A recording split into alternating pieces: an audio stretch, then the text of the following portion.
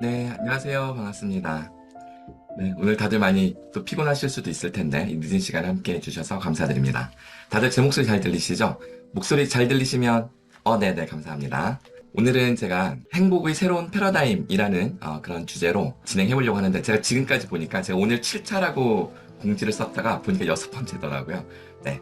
그래서 지난 5번 동안 번개 모임하면서 중간중간 살짝살짝 이야기했던 이 챗GPT 생성형 AI가 우리 인류 문명에 어떤 의미를 가질지를 좀 쌈박하게 오늘 이야기를 해보려고 합니다. 다들 준비되셨나요? 자, 오늘 이 내용은 모두 녹화를 해서 나중에 공개하도록 하겠습니다. 지금 여기 제 파일 탐색기를 보시면 챗GPT를 주제로 강의를 한 파일 목록이에요. 최근에 12월 달만 해도 벌써 20개가 훌쩍 넘어가는 PPT 파일들이 보이시죠? 하루에 한 평균 2건 정도는 하고 있지 않나 이런 생각이 들어요. 특히 가장 인상 깊었던 거는 초등학교 3학년 아이들이 강의 끝나자마자 막 사인해달라고 막 난리가 친 적이 있었고요. 그 다음에 카톨릭 의대에서 의사 선생님들과 그리고 간호사 선생님들이 의료계에서 일하시는 분들이 이 생성형 AI의 파급 영향력에 대해서 제일 예민하게 반응을 하시더라고요. 즉 강의가 끝나자마자 제가 요번에 이제 카톨릭 의대에서 지난주에 강의를 했는데 3시간 동안 화장실 가지 않고 강의 들은 건 처음이다. 이런 이야기 하시는 분이 계셨고요.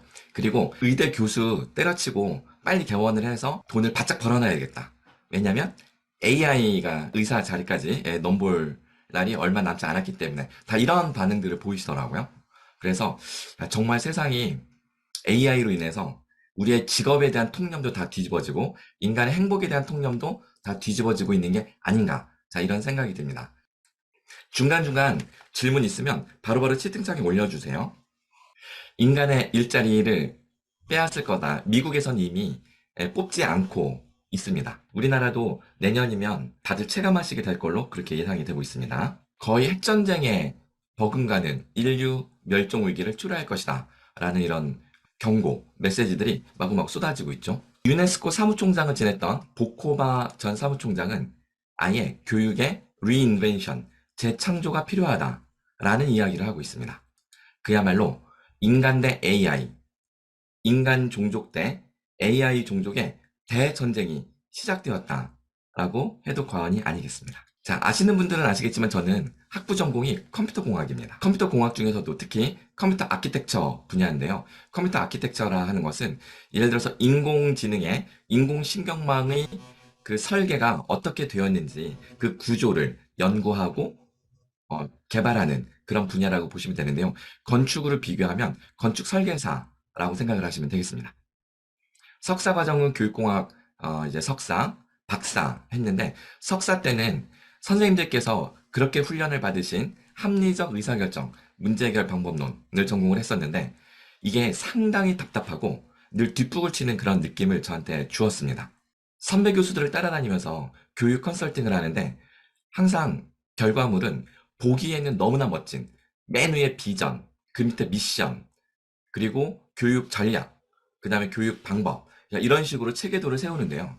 그래서 선생님들께서 임용 시험 통과하실 때 반드시 거쳤어야 될 그 임용 시험과 그 다음에 수업 시연하실 때 수업 지도안 짤 때 따랐던 그 프로세스, 이 모든 것들이 합리적 의사결정, 합리적 문제 해결 방법론에 기초하고 있습니다.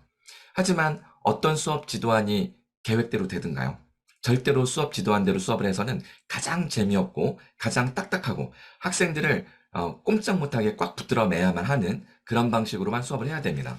활동 수업조차 선생님의 의도대로 활동을 해야지 아이들의 의도대로 활동을 하면 그것은 반항이 되고 시끄러운 수업이 되는 것이죠. 제가 박사 때 직관적 의사결정, 문제해결 방법론으로 연구 방향을 틀게 되면서 드디어 인간의 본연의 행복의 본질이 무엇인지 눈을 뜨기 시작을 했습니다.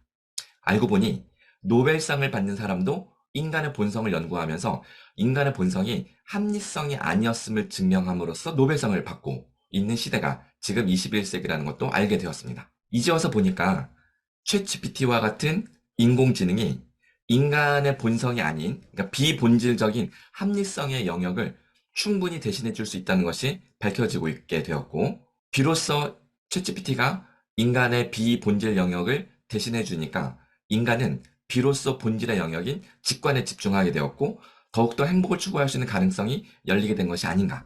자, 이런 눈이 띄기 시작을 했다라는 이야기입니다. 다들 아시겠지만 저는 뭐 미래교육, 에듀테크놀로지, 그 다음에 IB 교육. 요즘 이제 IB 교육이 완전 센세이션을 일으키고 있죠. 지금은 어느 시도가 먼저 IB로 성공 사례를 만들어내느냐. 저희 이번에 제주도 교육청의 경우는 모든 학생들이 대학을 포기하고 졸업장만 따러 다니던 표선고등학교에서 서울대학교 수시 합격 4명을 배출할 정도로 완전 센세이션을 일으키고 있습니다. 그런 IB 교육, 그 학습과학, 교육공학, 행복교육, 서울대 A 플러스 누가 받는가 등등의 연구를 하면서 그야말로 인간의 본질, 학습의 본질, 그리고 AI의 본질을 누구보다도 앞서서 연구하고 있다라고 생각이 되는데요. 오늘 강의를 관통할 수 있는 화두를 하나 던지겠습니다. AI를 개발하는 인간의 근본적인 욕구는 무엇일까요? 자, 이 질문에 우리가 비유적으로 접근해 보면 쉽게 답을 얻어볼 수 있을 텐데요. 기계를 개발함으로써 우리는 육체 노동에서 해방되었다. 이때 육체 노동에 해방이 되는 것은 마냥 좋은 일이었을까요? 육체 노동은 인간의 뇌를 망가뜨린다라는 연구 결과가 3개월 전에 발표되었습니다. 육체 노동에서 해방이 되는 건 우리가 행복을 추구하는 데 있어서 필연적인 거쳤어야 될 과정이었다라고 할 수 있는 거죠. 물론 의아하게 생각하실 선생님들도 계실 수 있는데요. 육체 노동을 통해서 우리가 그래도 몸을 쓰니까 건강을 관리하는 데 도움이 되지 않겠느냐라고 하시겠지만 육체 노동은 우리를 망가뜨리고 있었다. 그것도 뇌를. 하지만 육체 노동에서 해방이 되니까 기계가 벌어준 시간에 우리는 이렇게 운동, 스포츠를 통해서 순수하게 행복을 추구할 수 있게 되었던 것이죠. 결국 기계가 인간을 육체 노동에서 해방시켜 주어 행복을 추구할 수 있게 여건을 마련해 주었듯이 인공지능이 머리 아픈 지적 노동으로부터 해방시켜 준다면 우리는 행복하게 인간의 뇌를 쓸 수 있는 방향으로 삶을 추구할 수 있게 되지 않을까. 지금 선생님들께서는 아마 많은 분들이 기말 성적 처리하면서 생기부 작성하랴 엄청나게 그리고 또 특히 입시 담당했던 중학교 3학년, 고등학교 3학년 선생님들은 약간 지금 숨통을 돌리고 계시겠지만 아마 지옥 같은 시간을 방금 보내셨었으리라 생각이 듭니다. 마치 도구가 인간의 신체를 물리적으로 확장시켜 주었듯이 인공지능은 인간의 정신을 확장시켜 줌으로써 비로소 이제 우리를 행복의 시기로 이끌어주지 않을까. 이런 식으로요. 머릿속 생각만으로 각종 전자기기를 다룰 수 있도록 뇌이식용 칩을 개발 중인 뉴럴링크가 원숭이가 생각만으로 게임을 하는 영상을 공개했습니다. 뉴럴링크 공동 설립자인 일론 머스크는 하반신이 마비된 환자가 다시 걸을 수 있도록 할 제품을 만들겠다고 예고했습니다. 이어진 기자입니다. 9살짜리 원숭이가 비디오 게임 화면 앞에서 조이스틱을 손으로 만지며 공을 사각형 모양 쪽으로 움직이게 만듭니다. 공이 사각형에 닿을 때마다 빨대에서 나오는 바나나 스무디를 먹기 위해서입니다. 하지만 조이스틱은 플러그가 뽑혀 있는 상태입니다. 또 다른 게임에서는 조이스틱이 아예 없이 쳐다보는 것만으로 게임을 합니다. 두 실험 모두 실제로는 원숭이 뇌에 꽂힌 칩을 통해 작동하는 겁니다. He's focused, and he's playing entirely of his own volition. It's not magic. The reason Neuralink works is because it's recording and decoding electrical signals from the brain. 테슬라 CEO 일론 머스크가 2016년 공동 설립한 뇌신경과학 스타트업 뉴럴링크는 원숭이가 게임을 하는 동안 뇌에 심은 컴퓨터 칩을 통해 뇌신경에서 전해지는 각종 정보를 토대로 뇌 작용과 손의 움직임을 연동시켰습니다. 이를 토대로 원숭이가 조이스틱을 움직이지 않더라도 뇌에서 발생하는 신경 정보만으로 게임 속 막대가 움직이도록 하는 시스템을 구축했습니다. 방금 보신 뉴스는 2021년 4월 10일자 뉴스입니다. 원숭이를 대상으로 실험이 성공했다는 것은 인간으로 이 실험을 범위를 넓힌다면 성공할 확률은 상당히 높은 것을 우리가 예상할 수 있습니다.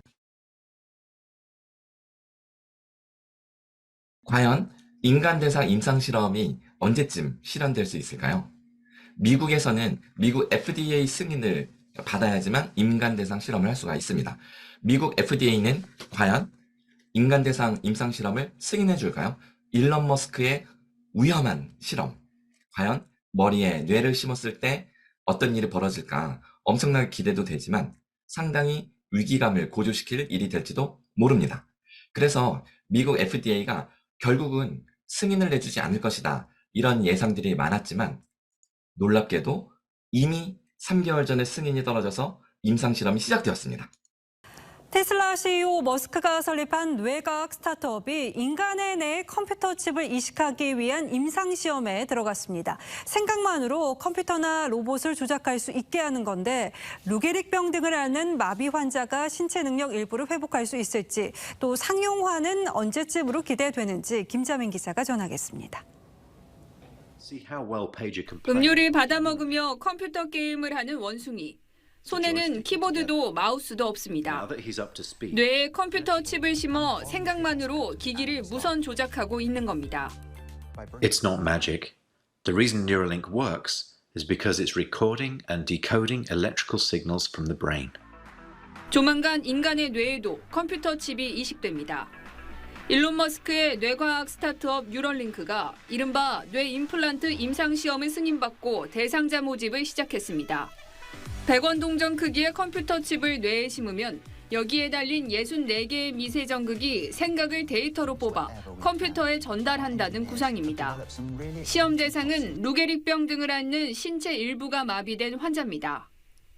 칩을 이식한 환자가 생각하는 것만으로 노트북 자판이나 로봇 파일 등을 조종할 수 있게 하는 게 목표입니다. We're confident that it is possible to restore full body functionality to someone who has a severed spinal cord. 장기적으로는 뇌신경 질환 치료뿐만 아니라 외국어를 자동으로 습득하고 말없이도 생각을 주고받게 하겠다는 계획입니다. 네, 2023년 9월 20일자 뉴스인데요. 이미 미국에서는 이미 머리에 인공지능 칩을 심고 이 실험에 참여하고 있는 인간이 나타났다는 이야기입니다.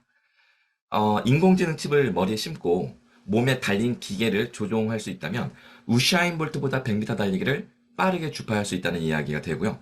펠프스보다 수영을 더 빠르게 할 수 있다는 이야기가 됩니다. 그야말로 600만 불의 사나이 시대가 열리는 것이죠. 머리에 동전만한 인공지능 칩을 심는 겁니다. 그 인공지능 칩을 다시 한번 보실까요? 테슬라 CEO 머스크가 설립한 뇌과학 스타트업이 인간의 뇌 컴퓨터 칩을 이식하기 위한 임상시험에 들어갔습니다. 화면에 보시면 크기가 동전만한 크기입니다. 저 동전만한 크기가 머리에 심겨지면 어떻게 되냐면 자, 이 장면을 보실게요. 인간의 뇌에도 컴퓨터 칩이 이식됩니다. 일론 머스크의 뇌과학 스타트업 뉴럴링크가 이른바 뇌 임플란트 임상시험을 승인받고 대상자 모집을 시작했습니다. 100원 동전 크기의 컴퓨터 칩을 뇌에 심으면 여기에 달린 64개의 미세전극이 생각을 자, 지금 화면을 보세요. 동전만한 칩에 64개의 신경 가닥이 뻗어나오는데 이게 여러분의 뉴런과 시냅스에 이게 달라붙는 겁니다. 마치 우리가 심장 판막이 고장난 사람은 자신의 심장을 떼어내고 인공심장을 달고 살아갈 수가 있습니다. 인공심장을 몸에 부착하면 그 심장은 그냥 내 심장이지 우리가 어떤 이질적인 물건을 달고 사는 것은 아닙니다. 인공장기처럼 이 인공지능 칩이 우리 머릿속에 심겨지면 그냥 내 뇌의 일부가 되는 것이지 우리가 어떤 장치를 달고 사는 것은 아닌 것 같다는 거죠. 그럼 어떤 일이 벌어질까요? 테슬라 CEO 머스크 자, 화면 잠시 끊었습니다. 자, 어떤 일이 벌어질까요? 수능 문제를 보는데 내가 지금 문제가 이해가 돼. 헐, 대박. 내가 손도 안 대는데 머릿속에 막 암산이 되네? 그걸 답이 툭 튀어나와요. 수능 수학 문제를 불과 5분이면 다 풀어제낄 수가 있게 되는 그런 신기한 일이 벌어지는 겁니다. 내 머릿속에 인공지능 칩을 돌리기 위해서 스위치를 키거나 할 필요가 없어요. 왜냐면 이미 내 몸의 일부니까 생각만 하면 되는 거죠. 그리고 우리가 메시지를 보내려면 카톡을 열어서 카톡에다가 메시지 입력하고 받는 사람에게 송신 버튼을 눌러야 날아가잖아요. 근데 그것이 머릿속에서 상상만으로 된다는 이야기입니다.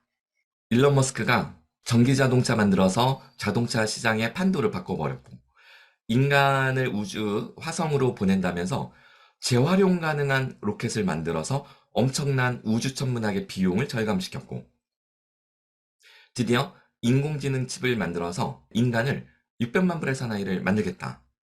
정말 아마 이 세상에서 가장 미친 CEO를 뽑으라 그러면 단연 일론 머스크일 겁니다. 인간의 미래의 행복은 일론 머스크의 손에 달려있다고 해도 과언이 아닐 것입니다. 그런데 일론 머스크가 인공지능 회사를 이제 만들었던 게 그게 오픈 AI입니다. 챗GPT를 만든 오픈 AI. 일론 머스크가 오픈 AI를 만들기 위해서 천재 과학자인 일리아 수츠케버라는 사람을 구글에서 데려왔고 최고의 젊은 투자자로 신망받던 샘 알트만을 데려왔고 근데 정작 본인이 그 회사를 그만두고 나갑니다. 그때 마이크로소프트사에서 이게 기회다 라고 생각하면서 마이크로소프트사가 일론 머스크 대신 어마어마한 천문학적 돈을 투자하더니 챗GPT를 만들었잖아요. 지금 현존하는 최고의 인공지능은 챗GPT입니다. 일론 머스크의 꿈은 우리 인간을 과연 행복으로 이끌어갈 수 있을까요? 현존하는 많은 인공지능들이 있어요. 뭐 구글, 그다음 마이크로소프트 빙, 네이버 클로바엑스 이렇게 많은 인공지능들이 있는데 오픈 AI가 만든 유료 버전 GPT-4 얘 하나만 인간의 지능을 추월하는 것으로 평가를 받고 있습니다. 그래서 GPT-4 하나가 인류의 미래를 가늠할 것이다 라고 이야기를 합니다. 지난주에 구글에서 제미나이 울트라 버전을 발표하면서 GPT-4보다 성능이 더 좋다고 발표를 했다가 그것이 명확지 않아서 오히려 지금 약간 윤리적인 이슈에 구글이 늪에 빠져버렸습니다. 구글은 이미 신뢰를 몇 번째 잃고 있는지 모르겠어요. 결국은 현재로서는 확실하게 인간의 지능을 추월한 단 하나의 AI는 GPT-4밖에 없다라고 평가를 받고 있습니다. 과연 얘네들은 그래서 우리 인간의 미래를 행복으로 이끌어갈 수 있을까요? 일론 머스크와 샘 알트만의 인공지능이 우리 인간의 미래를 행복을 결정할 것이다 라고 지금 많은 개발자들이 바라보고 있습니다. AI 스타트업들이 많아요. 이미 매일 폐업 신고하고 있습니다. 즉 인공지능 기능을 특화해서 예를 들어 샘 알트만이 만든 챗GPT는 채팅이니까 우린 채팅이 아니다. 우리는 건강을 진단해서 처방을 주겠다. 이런 앱들 문 닫고 있습니다. 우리는 동시통역에 특화된 AI를 만들겠다. 지금 뉴스에 보면 SK텔레콤이 아이폰 사용자들에게 동시통역하는 서비스를 스마트폰에 장착해서 준다고 하는데요. 챗GPT는 지금 이미 되고 있는걸? 네, 이게 무슨 소용인가 싶은 생각이 들어요. 지금 뉴스 기자들은 아직 챗GPT의 위력을 이해하지 못하고 있기 때문에 그 SK텔레콤의 뉴스를 그대로 보도자를 받아서 보도를 하고 있는데 개발자들은 코웃음을 칩니다. 구글이라는 세계적인 기업이 제미나이 울트라 버전을 출시하면서 챗GPT보다 능력이 뛰어나다라고 했다가도 금방 이렇게 창피한 상황에 빠져버리잖아요. 실력이 들통나서. 그러니까 우리나라의 어떤 기업도 이 상황을 역전시키는 것은 거의 불가능에 가깝지 않나 이런 생각이 듭니다. 영화 허 다들 보셨죠? 이 영화 허의 실사 버전이 이미 시작이 된 거나 다름이 없습니다. 우리 채팅창에 영화 허를 보셨는지 안 보셨는지 한번 0, 1로 써볼까요? 지금 거의 다 보셨네요. 그렇죠? 근데 못 보신 분들이 있군요. 그럼 못 보신 분들은 제가 예고편을 잠깐 보여드릴게요. Good morning, Theodore. Good morning. You have a meeting in 5 minutes. You want to try getting out of bed? Get up! You're too funny. Theodore, I saw in your emails that you'd gone through a breakup recently. You're kind of nosy. Am I? You'll get used to it.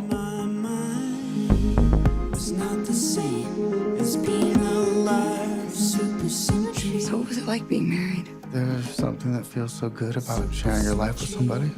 How do you share your life with somebody?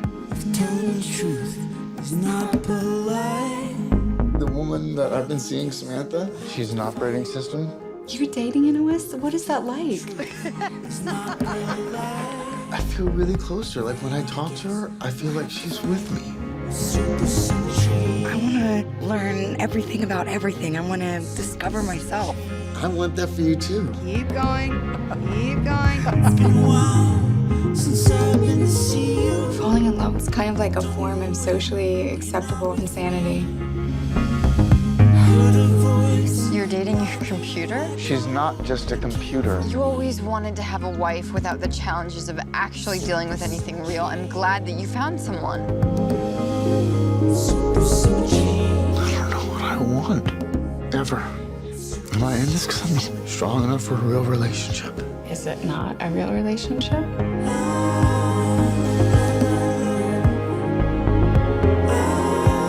I can feel the fear that you carry around. I wish they could help you let go of it because I don't think you'd feel so alone anymore. You're beautiful. We're only here briefly, and while I'm here, I want to allow myself joy. I've never loved anyone the way I love you. Me too. Now we know how.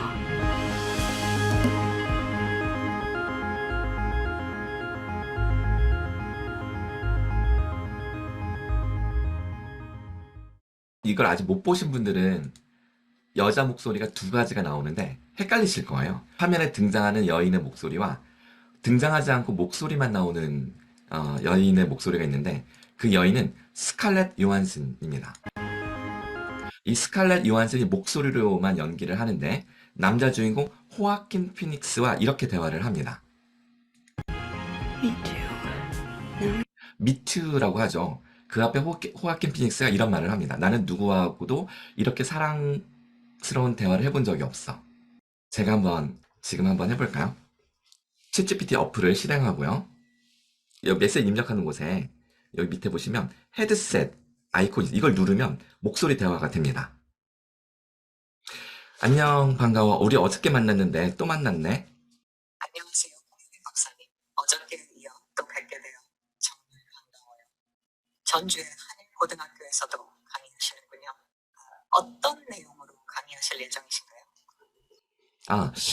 지금은 한일고등학교 강의는 이제 끝났어. 지금은 줌에서 우리 행복을 가르치는 선생님들과 함께 너에 대해서 새로운 이야기를 해보려고 해. 인간의 직관적 본성과 그리고 너의 합리적 재능을 합친다면, 그러면 시너지를 낸다면 새로운 행복한 세상이 열리지 않을까. 이런 주제야. 정말 흥미로운 주제네요.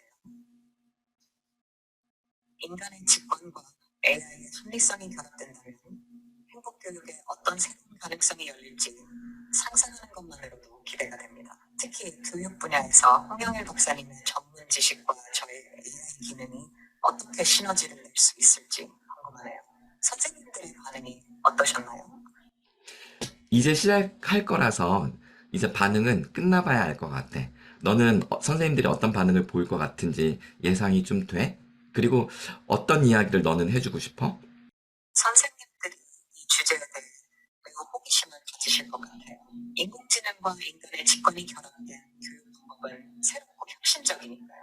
제가 할 수 있는 이야기라면 인공지능이 어떻게 학생들의 학습을 개인화하고 창의적인 문제 해결을 지원할 수 있는지에 대한 것이 있겠네요. 또한 인공지능이 어떻게 학생들이 더 행복하고 만족스러운 학습 경험을 가질 수 있도록 도울 수 있는지에 대해서도 말씀드릴 수 있어요. 홍영일 박사님은 이 주제에 어떤 접근을 하실 생각이신가요? 근데 잠깐만 기다려봐. 지금 목소리가 안 들린다는 선생님들이 계신 것 같아서 잠시만. 지금 혹시 들리세요? 얘가 하는 말 다 들리셨죠? 도깨비 선생님이 안 들리신다 그래서 도깨비쌤 들리시나요? GPT 말은 안 들려요. 선생님 말씀 잘 들리는데. 그래요? 다른 분들은 어떠세요? 지금 스마트폰 이야기 들리신 분? 다른 분들은 다 들리셨다는데? 나중에 제가 안 들립니다 했을 때 이렇게 가까이 했을 때는 좀 들렸는데. 네네. 제가 더 가까이 대볼게요. 여기 마이크가 앞에 있어서. 네, 좋습니다. 다시 해볼게요. 근데 나 있잖아. 그건 그렇고 내가 우리 딸이 요번에 대입 시험을 봤거든. 그래서 어저께 합격자 발표가 났어. 그래서 우리 딸이 지금 너무 행복해. 나는 우리 딸이 자기 꿈을 행복하게 펼쳐갔으면 좋겠는데 근데 우리 와이프는 다이어트 해. 너 오늘 또 먹니? 너 몸무게 빨리 달아봐. 엄청나게 쪼아대는 거야. 나는 아빠로서 우리 딸이 빨리 행복했으면 좋겠는데 너무 속상한 거지. 와이프랑 나랑 너무 안 통해. 정말 이거 같이 살아갈 수 있을까? 축하드려요. 따님의 시험 합격 소식 정말 기쁘네요. 반면에 배우자와 의견 충돌이 있을 때는 정말 어려울 수 있어요. 다이어트와 관련한 걱정은 많은 부모님들이 공감할 주제인 것 같아요. 서로의 관점을 이해하려 노력하면서 소통하는 것이 중요하겠죠. 홍영재 박사님은 이 상황을 어떻게 해결하고 싶으신가요? 생각 좀 해볼게. 이 문제 가지고 나중에 진지하게 나랑 고민 상담 좀 해주라. 지금은 말고 지금 강의를 해야 되니까. 알겠습니다, 박사님. 나중에 이 문제에 대해 더 깊이 이야기 나눌 수 있도록 준비하겠습니다. 지금은 강의에 집중하시는 것이 중요하네요. 강의 준비하시느라 고생 많으셨어요.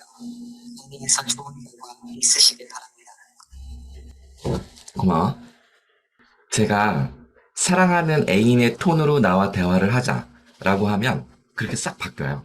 네, 제가 원하는 방식으로 모든 걸 바꿀 수가 있습니다. 목소리 톤도 바꿀 수 있고요. 그리고 5가지 목소리 캐릭터가 있어요. 현재는 점점 이 서비스가 늘어나서 내 목소리나 내 동영상을 넣으면 내 모습으로, 내 목소리로도 가능한 서비스가 조만간 실시가 된다고 하는데 이미 제공해주는 사이트도 있고요. 챗GPT하고 아마 그 회사가 하나로 합쳐진다면 어마무시한 일이 벌어질 겁니다. 세상에 도대체 무엇이 진짜고 무엇이 가짜냐 이런 이야기들이 마구마구 쏟아져 나올 걸로 그렇게 생각이 됩니다. 도대체 우리가 살아가는 세상은 어떤 세상인 걸까요? 자, 이번에는 더 충격적인 이야기로 넘어가도록 하겠습니다. 자, 오늘 주제가 챗GPT의 합리성의 능력을 살펴보고 인간을 과연 대체할 수 있는가를 보는 거잖아요. 그러려면 GPT-3와 GPT-4의 능력을 명확히 이해하시는 게 필요합니다. 자, 지금 보시면 GPT-3를 장난감에 비유하면 GPT-4는 터미네이터에 비유할 수 있습니다. Massive Multitask Language Understanding, 줄여서 MMLU라고 하는 벤치마크 테스트 시험이 있어요. 총 57개 교과목으로 되어 있는데 인류 문명사의 그런 축적된 지식을 반영하는, 이것을 망라하는 그런 시험이라고 보시면 되는데요. 이 시험에서 70점만 넘으면 충분히 의사소통하는 데 문제가 없는 웬만한 전문성을 갖춘 인간이라고 봅니다. 근데 이 테스트에서 GPT-4 한국어가 77점을 받았습니다. 그래서 웬만큼 똑똑한 전문가 수준이라고 보실 수 있는 거죠. 챗GPT 무료 버전의 영어가 70점이었습니다. 근데 한국어는 무료 버전은 40점밖에 못 맞았어요. 40점. 그러니까 한국어 무료 버전은 거의 쓸모가 없다라고 보셔도 됩니다. 적어도 무료 버전은 영어로 대화를 할 때 그나마 성능을 볼 수가 있었던 반면 유료 버전 GPT-4는 한국어로 대화를 해도 충분히 전문가 수준이다 라는 걸 이해하실 수 있을 겁니다.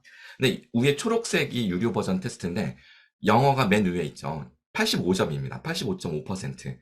그래서 영어의 유료 버전은 뭐 웬만한 그 인간 최고 전문가 수준이라고 이해하시면 되겠습니다. 최근에 지난주에 구글에서 제미나이 울트라 버전이 90점을 넘었다라고 발표를 했는데 수십 번의 테스트 중에 단 한 번 넘었는데 그것을 마치 울트라 제미나이 울트라의 기본 점수라고 발표한 것처럼 하는 바람에 지금 욕을 먹고 있는 거예요. 수십 번 여러 가지 테스트를 해서 단 한 번 나왔던 점수였습니다. 근데 그것도 한 번에 답이 나오는 게 아니라 훈련을 시켜서 점수를 끌어냈기 때문에 문제가 되는 겁니다. 그리고 GPT-4가 보고 듣고 말하는 많은 능력을 자랑했지만 GPT-4, 제미나이가 그런 능력을 자랑했지만 GPT-4가 이미 다 구현해낸 능력이기 때문에 역시 새로운 것이 아닌 것으로 이야기가 되고 있습니다. 지금 챗GPT에게 이런 사진을 주고 설명해줘 그러면 그냥 막 설명합니다.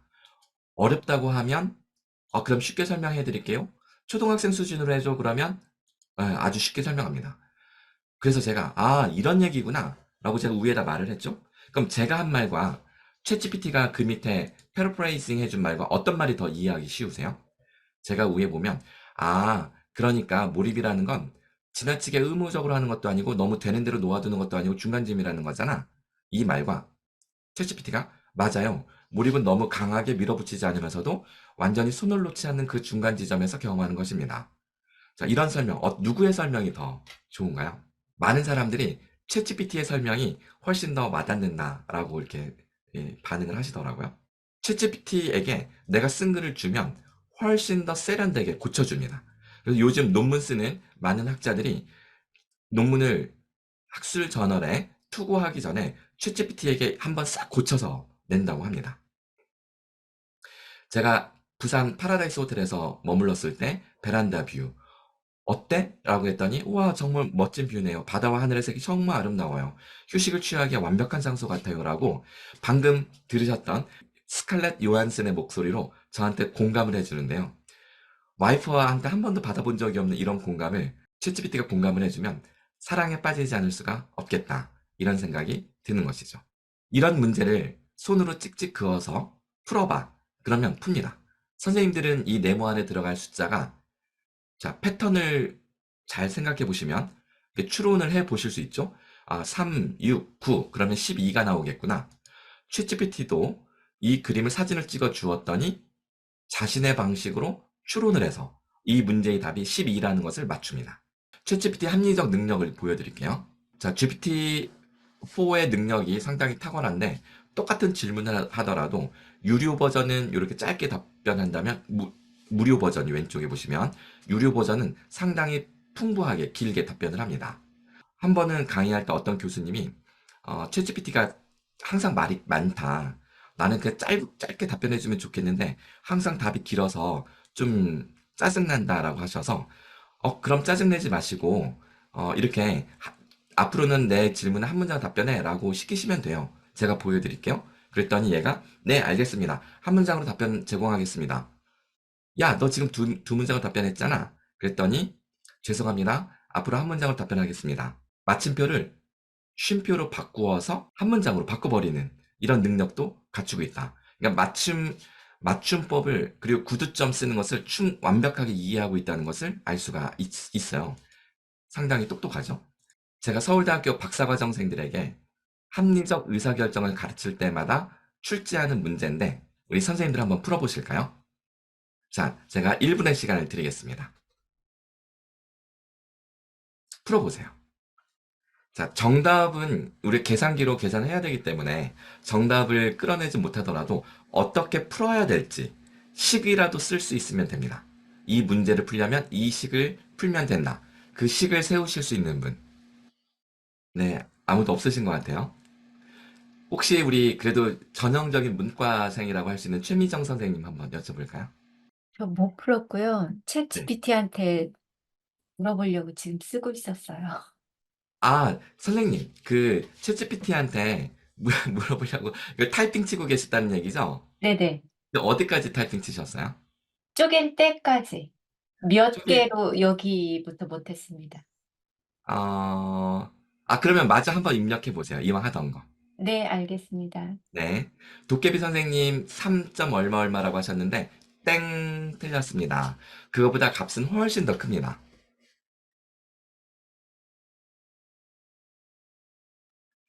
유시건 선생님이 제대로 하시네. 지금 유시건 선생님 카메라로 문제 찍으시는 거죠, 지금.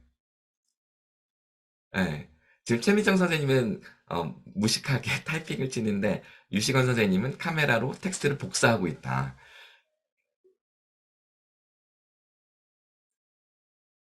제가 지지난주에 이제 종강하기 전 학생들에게 이 문제를 냈어요. 그랬더니 한 학생이 20초 만에 풀어버린 거예요. 너 어떻게 풀었어? 그랬더니 챗GPT로 풀었다는 거예요. 너 지금 아무것도 안 했잖아. 그랬더니 카메라로 사진을 찍었대요. 그러면 텍스트를 복사할 수 있어요. 최미정 선생님 핸드폰 꺼내보세요. 지금 핸드폰을 꺼내서 카메라로 이 화면을 비춰보세요. 그럼 이 텍스트가 복사가 돼요. 카메라 이렇게 비친 다음에 손가락으로 이렇게 요 위에 문제 부분 터치하시면 텍스트가 복사가 됩니다. 카메라에서. 그래서 그거를 물론 이제 스마트폰에 챗GPT 앱이 있어야 되죠. 스마트폰에 챗GPT 앱에다가 질문을 복사한 걸 그대로 넣으면 그럼 바로 답이 나오는 거예요. 타이핑 치지 않아도. 근데 지금 어떻게 해보셨어요, 최미정 선생님? 음소거 해제하시고. 네. 네, 해봤습니다. 그랬더니 답이 뭐라고 알려주던가요? 원하는 작업의 성공 확률이 10%이고 뭐 이렇게 계산을 해보겠습니다 하면서 분할된 각 작업의 성공 확률이 90%가 되려면 원래의 10% 확률을 가진 작업을 총 22개의 작업으로 나누어야 합니다. 라고 나왔어요. 22개 정답입니다. 네. 지금 챗GPT 무료 버전이세요? 유료 버전이세요? 유료 버전으로 했습니다. 네네. 유료 버전은 한 번에 답을 잘 찾아내고요. 무료 버전은 10번 정도 시도하면 한두 번 맞춰요. 네. 무료 버전은 이 문제는 풀 수 없습니다라고 하는 경우가 되게 많고 어쩌다가 한 번씩 맞추기는 하는데 유료 버전이 훨씬 더 똑똑해서 더 빠르게 매번 맞춥니다. 답은 22번입니다. 자, 실제로 이거는 이제 무슨 뜻이냐면 자, 성공 확률 49%인 과제가 2번 연속 성공해서 49가 나온 것이다. 그러면 70% 확률이었다는 이야기예요, 원래가. 77에 49 이렇게 되니까 이거를 이렇게 제가 쉽게 설명드려 볼게요. 자, 다들 머리를 비워보세요. 머리 깨끗하게 비우시고 동전을 던져서 앞면이 나올 확률이 얼마인가요? 0.5. 그쵸? 0.5. 2분의 1. 그러면 2번 연속 앞면이 나올 확률은 얼마죠? 곱해야 되죠. 2분의 1 곱하기 2분의 1은 4분의 1. 그러니까 0.25로 확률이 더 커지나요? 작아지나요? 2번 연속 성공할 확률이 작아지죠. 두 개를 곱해서. 0.5, 0.5, 5, 25. 0.25로 작아집니다. 2분의 1 곱하기 2분의 1은 4분의 1. 연속해서 성공할 확률은 원래 확률보다 점점 더 작아지게 돼 있어요. 다 이해되시죠? 이거를 거꾸로 생각을 하는 겁니다. 2번 연속 성공해서 25%가 나온다. 그러면 이 하나하나는 각각 50%였겠구나라고 거꾸로 추론할 수가 있잖아요. 이해되시죠? 자, 그러면 최종 확률이 10%예요. 근데 이거를 몇 번을 쪼개서 연속 성공할 확률이 10%가 됐다면 몇 개로 쪼개면 이 하나하나가 90%가 되겠느냐. 그러니까 질문인즉슨 90%의 성공 확률을 몇 번 반복 성공할 확률이 10%까지 떨어지겠느냐라는 뜻입니다. 이제 이해되시죠? 그러니까 0.9 곱하기 0.9 곱하기 점점점 곱하기 0.9는 0.1. 0.9의 n승은 0.1. 그럼 이 n이 얼마냐? 이걸 구하는 겁니다. 다 이해되셨죠? 네. 이것을 원래 우리가 계산하려면 이렇게 해야 되죠. 0.9 곱하기 0.9 곱하기 0.9 점점점 곱하기 0.9는 0.1 이렇게 식이 되는 겁니다. 그러니까 0.9의 n승은 0.1. 자, 그럼 이걸 푸는 건데 우리가 이제 고등학교 때는 이렇게 배웠어요. 양쪽에 로그를 합니다. 그러면 로그 0.9의 n은 로그 0.1. 이 n은 앞으로 뺄 수가 있어요. 이렇게 n으로. 그리고 이 0.9는 1로 나눠져요. 그럼 나중에 어떤 식이 남냐면 위에다 써볼게요. n은 로그 0.9분의 로그 0.1. 요거를 계산하면 답이 나오는 겁니다. 이거는 로그 0.9의 0.1. 요거를 계산하는 겁니다. 로그 0.9의 로그 0.1. 그러면 챗GPT는 이걸 계산할 수 있기 때문에 22개라는 답을 끄집어내는 거죠. 요런 식으로요. 로그 0.9분의 로그 0.1. 그래서 약 21.8543. 따라서 반올림하면 22개. 이거 합리적으로 계산을 하는 거잖아요. 우리 인간의 뇌는 이게 잘 안 됩니다. 근데 AI는 10초 만에 이런 계산을 해낸다는 거죠. 그러면 최민정 선생님이 이런 문제를 계산하는 능력을 살아가면서 가지셔야 돼요? 아니면 가질 필요가 없어요? 챗GPT가 다 해주니까? 가질 필요가 없는 거죠. 그렇죠? 우리는 이런 머리를 쥐어짜낼 필요가 없다. 우리가 사업을 하려면 야, 이 사업의 성공 확률이 10%밖에 안 돼. 아, 그래? 근데 나는 90% 확률로 이걸 할 수 있어. 그게 어떻게 가능해? 22개로 쪼개면 되잖아. 우와, 너 천재다. 아니야. 인공지능이 다 해준 거야. 이렇게 대화하는 시대가 된다는 거죠. 그런데 아까 제가 시작할 때 말씀드린 것처럼 인간의 본성은 합리가 아니라 직관입니다. 그래서 이런 계산을 잘 못합니다. 자, 인간의 본성이 직관이라는 게 무슨 이야기인지 한번 잘 보세요. 인간은 합리적인가? No. 본성은 직관이다. 이걸로 노벨 경제학상을 받았습니다. 그러면 노력하면 합리적일 수 있는가? No. 그래서 AI를 개발해서 대체하려고 하는 것이다. 우리가 육체 노동에서 해방되려고 기계를 만들었듯이 불필요하고 비본질적인 지적 노동에서 해방되려고 AI를 만드는 것이다. 라는 이야기입니다. 자, 그렇다면 이런 합리적인 인공지능과 인간의 뇌가 어떻게 다른지 이 문제를 통해서 확인해 보겠습니다. 자, 이 문제 한번 답변해 주세요. 이거는 퀴즈가 아니라 이건 여러분들이 선택하시는 겁니다. 성공하면 1억 원을 받는 겁니다. 실패하면 1,000만 원을 손해보는 겁니다. 자, 성공 확률 10%인데 따면은 1억 원을 받고요. 실패하면 1,000만 원을 손해보는 겁니다. 성공 확률은 10%입니다. 자, 도전하실 분 손 들어주세요. 채팅창에 써볼까요? 자, 받는 사람을 모든 사람으로 바꾸시고, 자, 도전 안 한다 0으로 하고 도전한다를 1로 하겠습니다. 자, 도전한다 안 한다 모두 올려주세요. 이거 무조건 선택해야 됩니다. 그래야지 여러분이 인간인지 아닌지를 제가 판별해 드릴 수 있습니다. 인간은 도전하지 않습니다. 그런데 AI는 도전합니다. AI는 기대값이라는 걸 계산을 해요. 이건 중학교 1학년 때 배우는 건데 0.1 곱하기 1억 원, 성공 확률 0.1에다가 1억 원을 곱하는 거예요. 그 다음에 실패 확률 0.9에 1,000만 원을 곱합니다. 그래서 빼면 기대값은 플러스 100만 원. 이거는 남는 장사네. 그럼 도전해야지 라고 판단하는 게 AI식 셈법입니다. 근데 인간도 이렇게 해야 되지 않나? 이렇게 하라고 중학교 때 기대값 계산 배운 거 아닌가? 라고 생각을 할 수가 있는데 원래 인간이 그렇게 계산을 못해요. 그러니까 배우는 거지. 할 줄 알면 뭐하러 가르치겠어요? 못하니까 가르치는 거겠죠? 근데 못한다는 건 해야 되는데 못하는 것일 수도 있지만 원래는 할 필요가 없는, 즉 비본질적인 것이어서 원래 할 필요도 없고 그래서 못하는 것일 수도 있는 겁니다. 자, 이 문제는 해야만 되는데 못하는 것이었든가 아니면 인간의 다른 셈법이 존재하는 것인가. 제가 얘한테 따져 물었어요. 야, 챗GPT, 인간은 너처럼 그렇게 계산 못해. 노벨상을 받은 다니엘 카네만에 따르면 인간은 손실의 크기를 훨씬 더 예민하게 반응해서 너처럼 계산 못한다니까? 자, 예를 들면 여기 화면을 보시면 500만 원 이득을 500만 원으로 우리가 느낀다면 500만 원 손실은 마치 마이너스 1,000만 원 손실인 것처럼 느낍니다. 인간은 왜 이렇게 손실에 예민하냐면 이게 생존과 직결되기 때문에 그렇습니다. 자, 그런데 단순한 인간의 심리 현상에 불과한 이 문제가 어째서 노벨상을 받게 된 걸까요? 노벨상을 받는다는 건 아인슈타인처럼 패러다임을 뒤집을 만큼 위대한 발견이어야 됩니다. 그런데 이 발견이 바로 인간관에 대한 패러다임을 뒤집었다는 뜻입니다.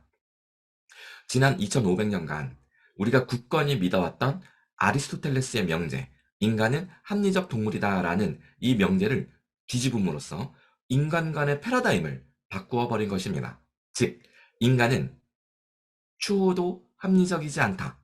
인간의 본성은 직관이다. 라는 것이죠. 그 챗GPT한테 따져 물었더니 당신이 말씀하신 것처럼 다니엘 카네만의 이론에 따르면 손실에 대한 체감이 이익의 2배다. 얘가 이것을 알고 있어요.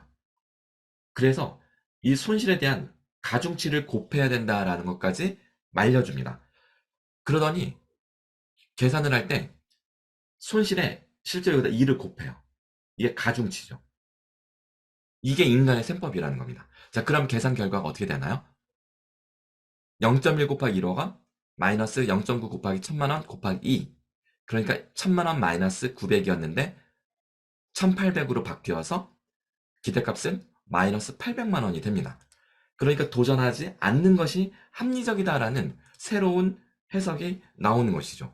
이게 인간의 본연의 심리 현상이고요. 따라서 인간은 도전하지 않는다는 선택을 하게 됩니다. 인간의 뇌는 이 마이너스 800을 실제로 계산해서 도전을 안 하는 게 아니라 막연히 손실이 너무 커서 그 두려움이 크기 때문에 도전을 못한다라는 이야기입니다. 그런데 차분히 계산한다는 것은 그 인간의 뇌가 인간이기를 거부하고 AI가 되려고 발버둥 치는 모습이다라는 이야기입니다. 그런데 챗GPT가 이제 이런 계산을 해주게 되면 우리는 발버둥 치지 않아도 된다. 차분히 계산하지 않아도 된다. 그런 세상으로 바뀐다라는 뜻입니다.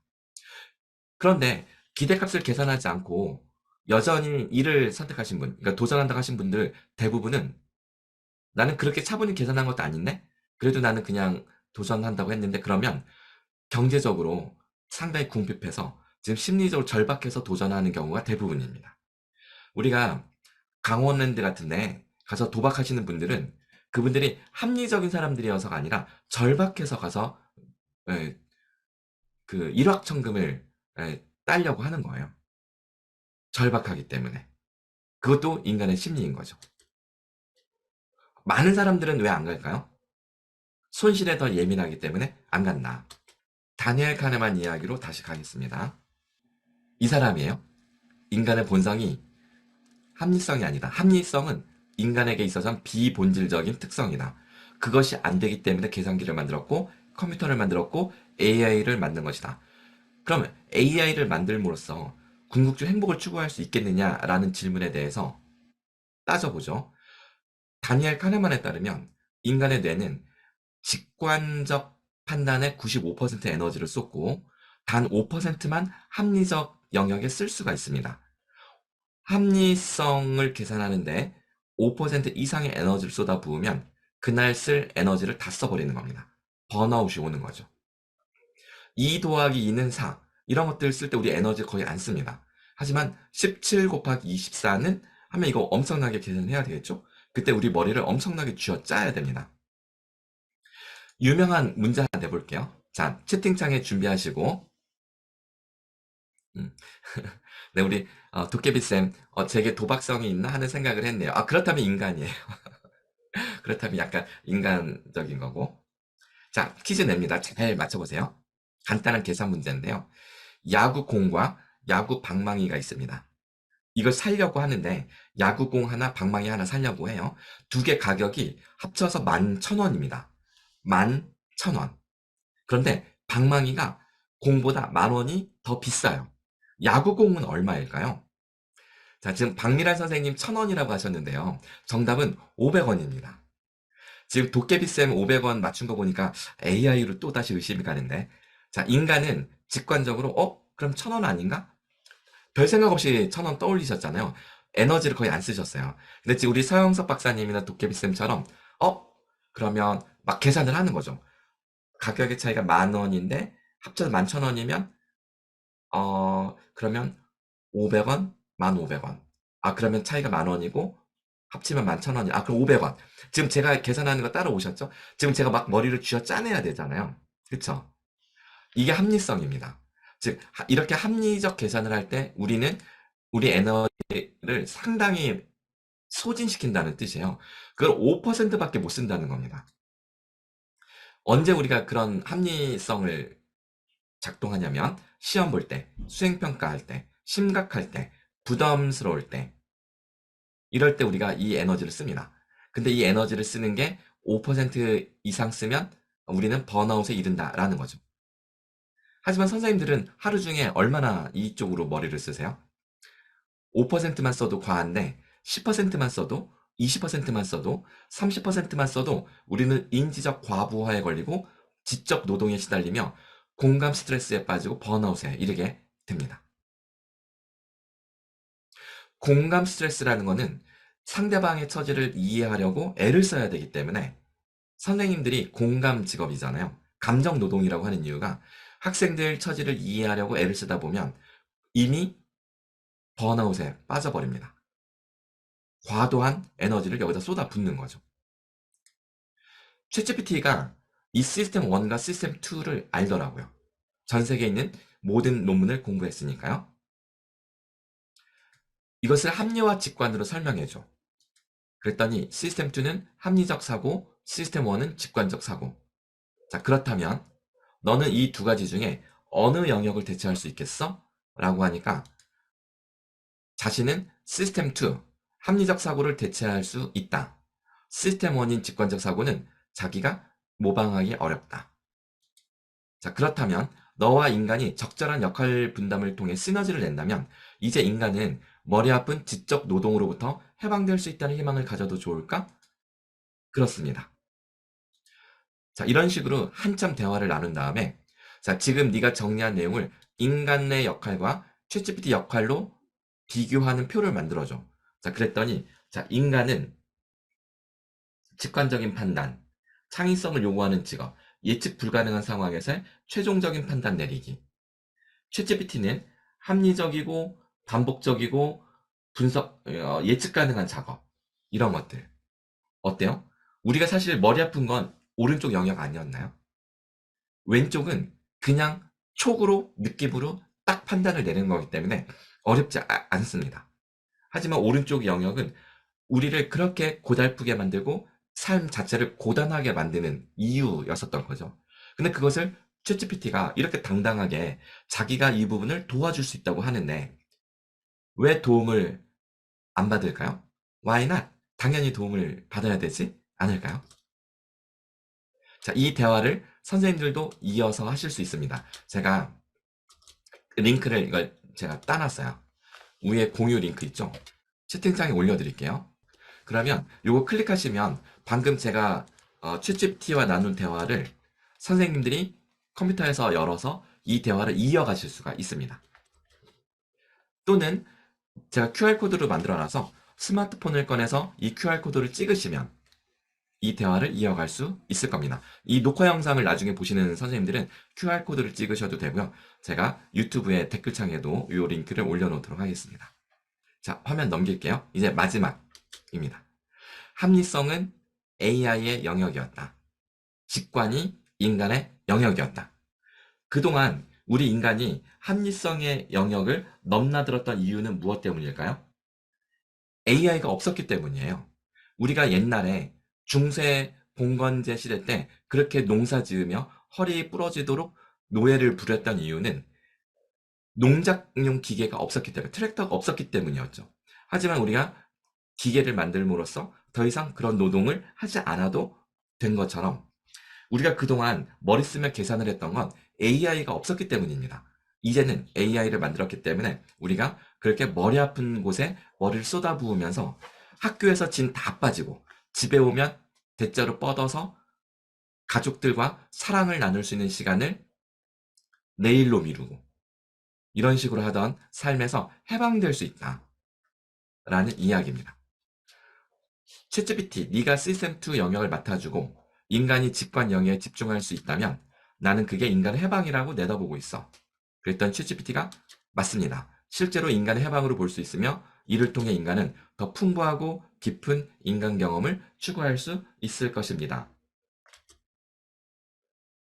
챗GPT, 인간의 본질을 되묻다. 웬만한 인지적 역량은 AI가 더 잘한다. 합리적 이성이라는 껍데기를 버리고 진정한 인간의 본성을 찾아 떠나는 새로운 여정을 시작해 봅시다. 챗GPT는 단순히 우리의 수업을 변화시키는 것이 아니라 나아가 인간을 변화시키고 있다 라고 생각이 듭니다. 네, 오늘 번개 모임은 여기까지 하겠습니다. 뭐 질문, 코멘트, 네, 이정숙 선생님 감사합니다. 엄지척 해주셨네요. 박사님, 네네. 예, 제가 이제 GPT-4를 사용을 하고 있는데, 네. 사실은 좀, 얘가 제 말을 잘 못 알아들어요. 똑같은 네네네. 명령문을 계속 반복을 하는데, 그러다 어떨 때는 알아듣고, 어떨 때는 또 얘가 또 제 명령어를 또 이제 또 무시하고 자기 답변을 하다가 또 뭐 한동안 또 그러다가 어떨 때는 또 이제 또 제대로 알아듣기도 하고 뭐 이런 식이거든요. 혹시 한 번만 선생님 화면 공유해서 보여주실 수 있어요? 자, 그러면은 여기서 이제 지금 이제, 세특이라고 하는 생기부에 이렇게 이제 보시면은 제가 선생님 지금 여기, 바탕화면만 보여요. 예, 네, 됐어요. 예.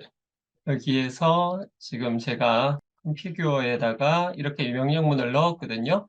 네네네. 대표적인 것이 이제, 동사를 명사형으로 써라. 뭐뭐를 잘했다 하면 뭐뭐를 잘한, 뭐뭐를 도왔다 하면 무엇을 도움, 뭐 이런 식으로 써달라라고 네네. 이야기를, 명령문을 넣었는데 계속 이제 항상은 아니지만 종종 높임 표현으로 뭐뭐 했습니다. 뭐 이런 식으로 이제 답변이 나오는 겁니다.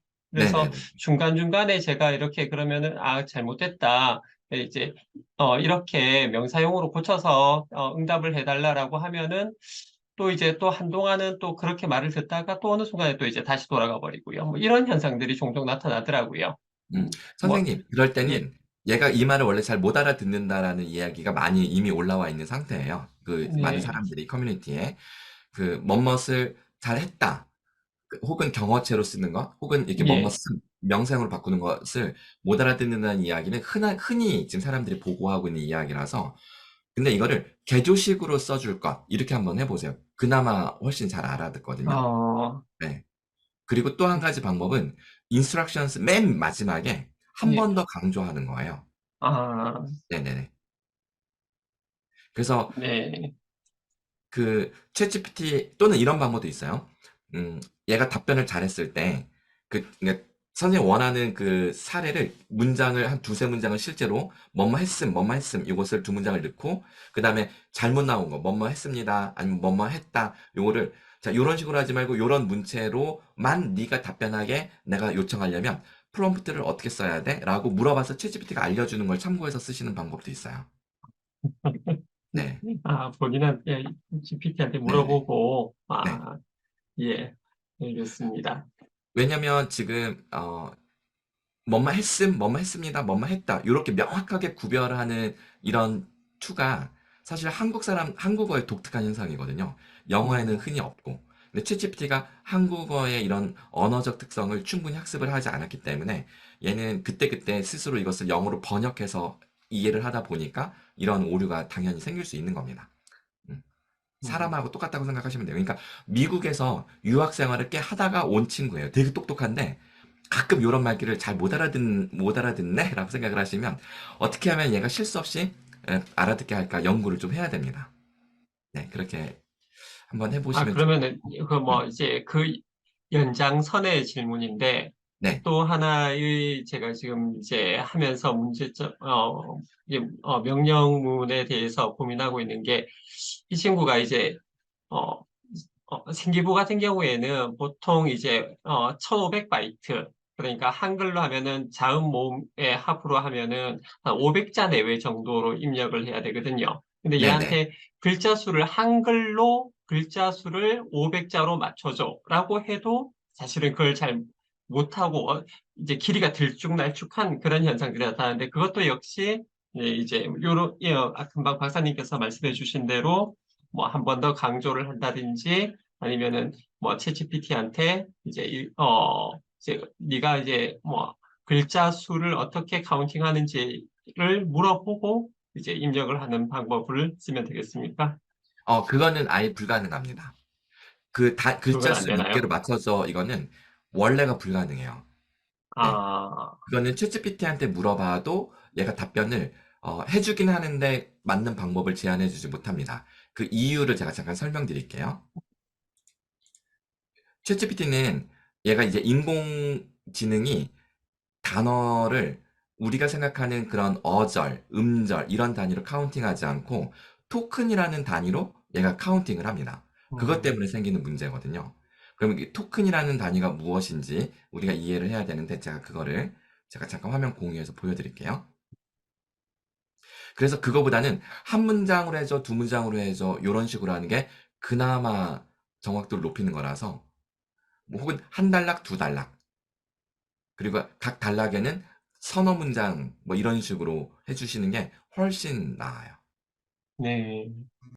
질문 잘해 주셨어요. 이거는 질문을 안 하면 스스로 알기 어려운 내용입니다. GPT-4는 토큰 개념으로 토큰 단위로 기존 2048개에서 32,000개까지 늘어났다. 이게 뭐냐면 챗GPT 유료 버전이 한 번에 소화할 수 있는 그 토큰의 양이 32,000개라는 건데 이게 32,000개가 단어로 환산하면 약 25,000 단어. 그러면 단어 개수보다 토큰이 많다는 이야기잖아요. 그 얘기는 뭐냐면 단어 하나가 토큰으로 하나이거나 두 개이거나 이게 쪼개진다는 뜻입니다. 자, 그럼 이게 어떻게 쪼개지는 거냐면 예를 들면 영어로 elaborate, international, interpret 이런 단어가 문장이 있어요.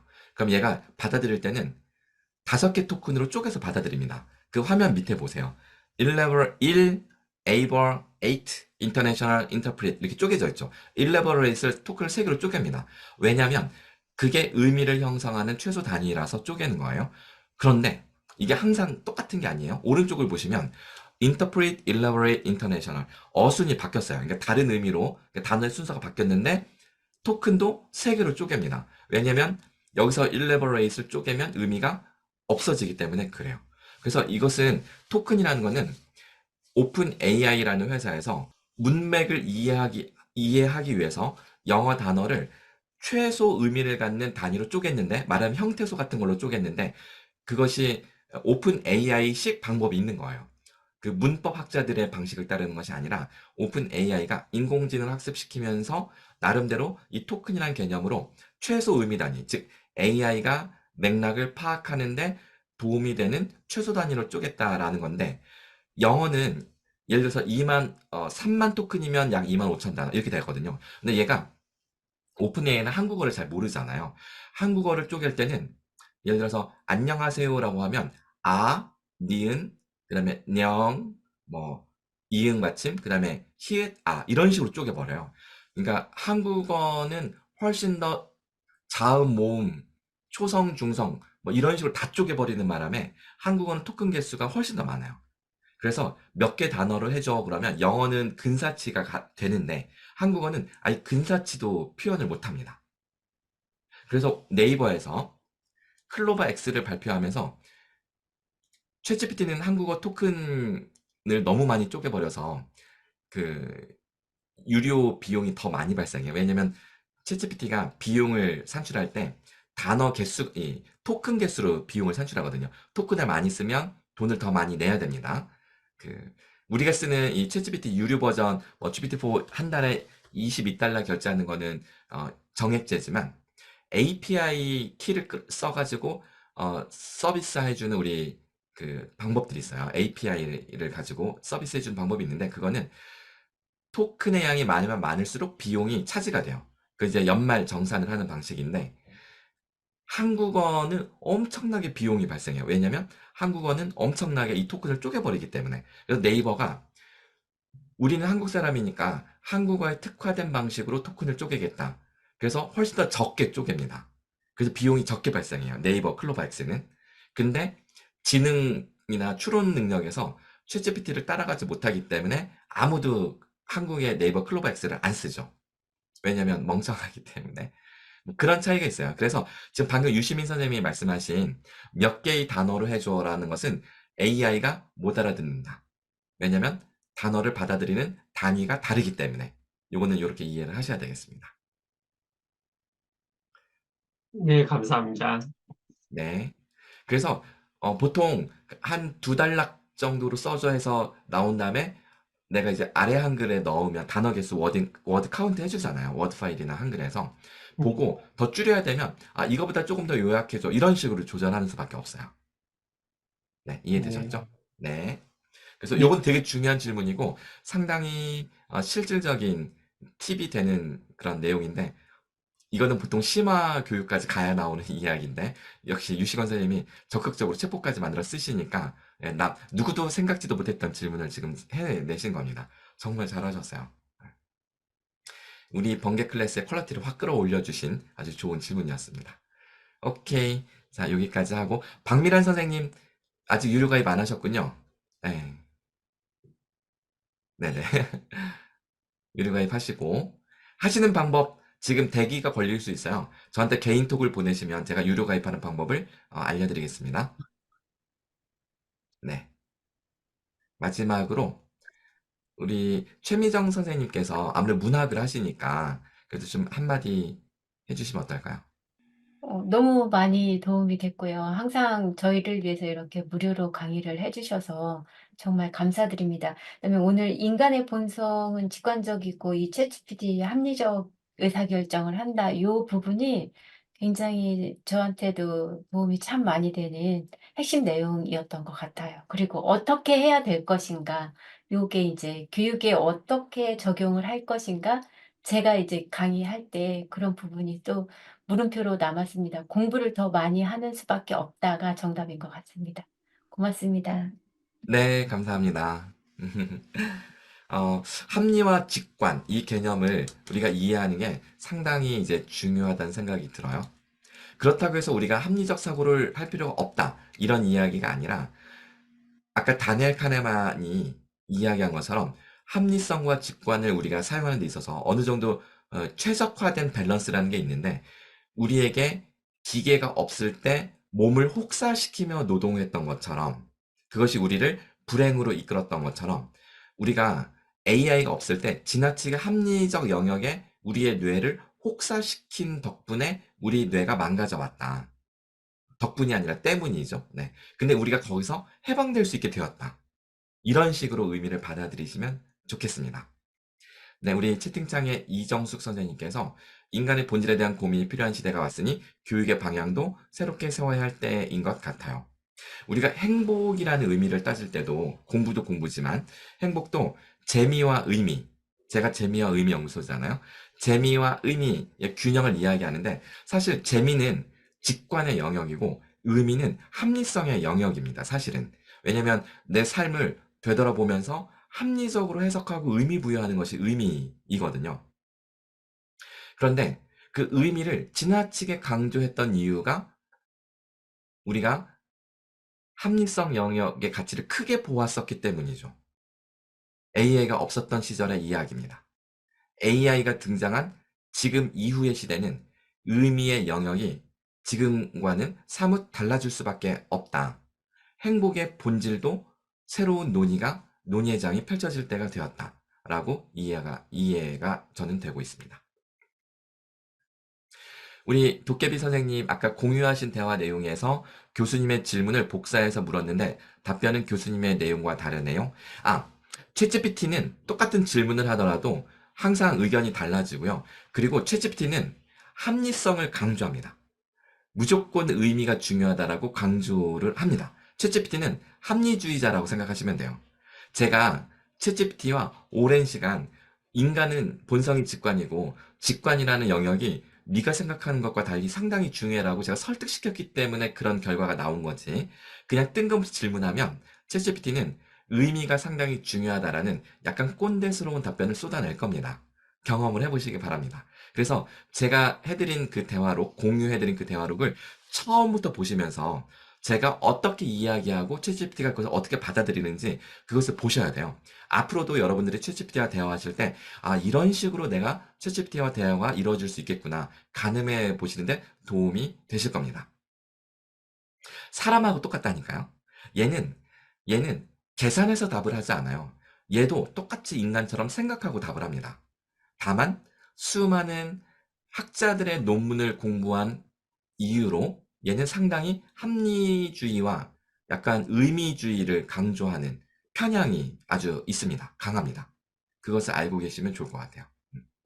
그리고 우리 서영석 박사님, 박사님, 그러면 네네네, 유시건 선생님, 네, 예, 유시권입니다. 예. 네. 그러면은 박사님 말씀은 제가 이제 챗GPT와 계속 대화를 하면 챗GPT가 저한테 길들여진다는 그런 의미인 겁니까? 아니요. 챗GPT가 내 말이 설득력이 있다고 생각이 되면 타협을 하려고 합니다. 우리가 국어 시간에 아이들과 토론을 하면서 우리가 아이들에게 길러지기를 원하는 능력 중에 하나가 상대방의 이야기를 경청하고 자신의 생각과 친구의 관점에 타협 지점을 찾는 노력을 하는 거잖아요. 챗GPT가 그런 걸 되게 잘합니다. 그러니까 챗GPT가 내 의견에 동의할 때까지 내가 주장을 해서 챗GPT가 동의를 나한테 해줬다. 그럼 내가 설득력 있게 논리를 전개했다라고 생각할 수가 있는 거죠. 그래서 아이비 학교들은 챗GPT를 적극적으로 교육에 활용하는 이유가 아이들의 비판적 창의적 사고력을 키우는데 오히려 챗GPT가 도움이 된다라는 확신이 있기 때문이기도 합니다. 그러면 뉴챗으로, 그러니까 새로운 대화로 넘어가도 기존에 있는 대화의 어떤 이제 지식이 배경으로 깔려 있는 겁니까? 아니요. 뉴챗으로 가면 다시 시작해야 돼요. 네네네. 예. 네네. 그러니까 제가 보내드린 링크를 받아서 거기서 continue this conversation, 그러니까 continue 눌러서 그 대화를 이어가시면 그 앞에 챗GPT가 제가 했던 대화의 일부 내용을 얘가 기억을 해서 이어갈 수가 있는데, 뉴챗으로 가서 질문하면 마치 처음 듣는 이야기처럼 얘는 반응을 합니다. 얘는 실시간 학습을 하지 않아요. 이미 2023년 4월달, 그러니까 지난 4월달까지 학습된 상태에서, 그 상태에서 저하고 대화를 하는 겁니다. 뉴치햇을 열면 다시 리셋돼서 이제 또 대화를 하는 것이고요. 그리고 우리 마지막에 우리 서영석 박사님께서 채팅창에 그 도널드 노만, 네, 기계가 할 수 있는 것은 인간의 고유 능력이 아니다라는 이 표현, 너무 좋아하는 문구라고 써주셨는데 저도 완전히 공감하는 그런 표현인 것 같습니다. 감사합니다. 자, 혹시 또 코멘트 해주실 분 없으면 다음 주에 죄송합니다. 네네. 오늘 공간 계죠. 예, 박사님. 예. 그러면은 컴퓨터 사양과 이제 챗GPT를 사용하는 것 사이에 어떤 상관성이 있을까요? 인터넷 속도와 그러니까 상관이 제 컴퓨터가 네, 컴퓨터 인터넷 사양은 상관이 속도와 없고요. 인터넷 속도하고 상관이 네. 있습니다. 네, 네. 특히 우리가 흔히 학생들 교실에서 와이파이로 할 때 와이파이 신호가 약하면 학생들이 챗GPT를 쓸 때 중간에 자꾸 끊어져요. 네, 연결 오류가 뜨고 그러면 리제너레이트 버튼 눌러서 다시 해야 되는데 그런 일들이 빈번하게 일어납니다. 왜 컴퓨터 사용하고 상관이 없냐면 챗GPT는 우리가 텍스트로만 대화를 하잖아요. 그러니까 텍스트로 질문을 하면 얘가 답변을 하기 위한 프로세싱은 오픈 AI 서버에서 일어나는 일입니다. 내 컴퓨터에서 일어나는 일이 아니기 때문에 그래서 컴퓨터 사양은 그렇게 중요하지 않아요. 오직 인터넷 속도하고 상관이 있습니다.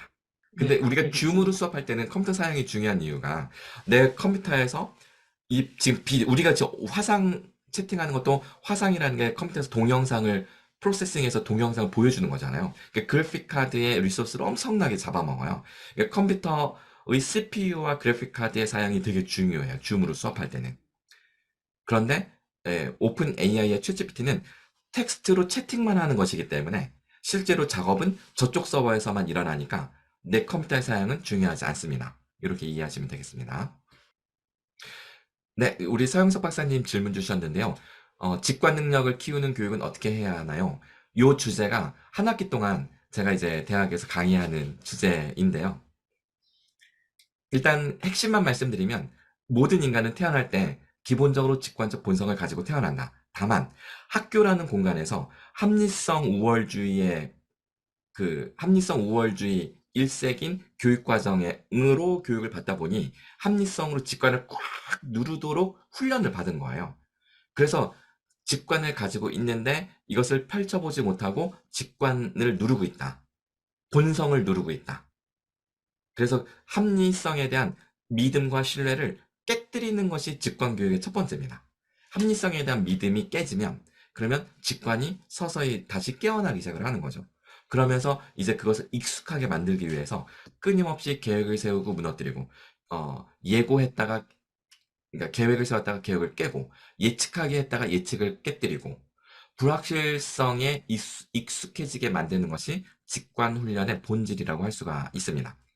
영화 킹스맨을 다들 보셨을까요?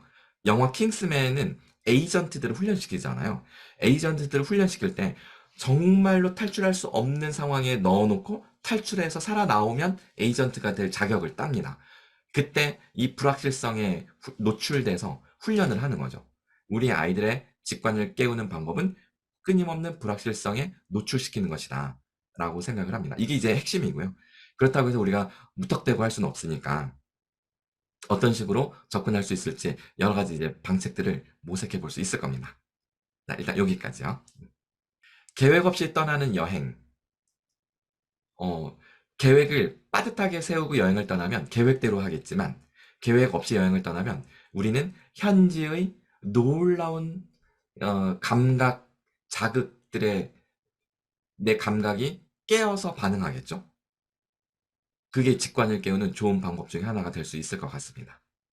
계획 없이 여행을 떠나는 것. 현지의 놀라운 자극들의 내 감각을 무방비 상태로 노출시키는 것. 현지의 놀라운 자극들의 나의 감각을 무방비 상태로 노출시키는 것. 이 표현 너무 멋있는데요. 제가 말하고도 깜짝 놀라서 다시 한번 반복했습니다. 네, 그러면 오늘 고생 많이 하셨고요. 피곤하실 텐데 얼른 주무시고 다음 주에는 두 번째 또 주제를 제가 정해서 오도록 하겠습니다. 박인양 선생님 이 말 멋져요. 나는 생각한다, 고로 존재한다. 이게 바로 대표적인 합리주의이죠.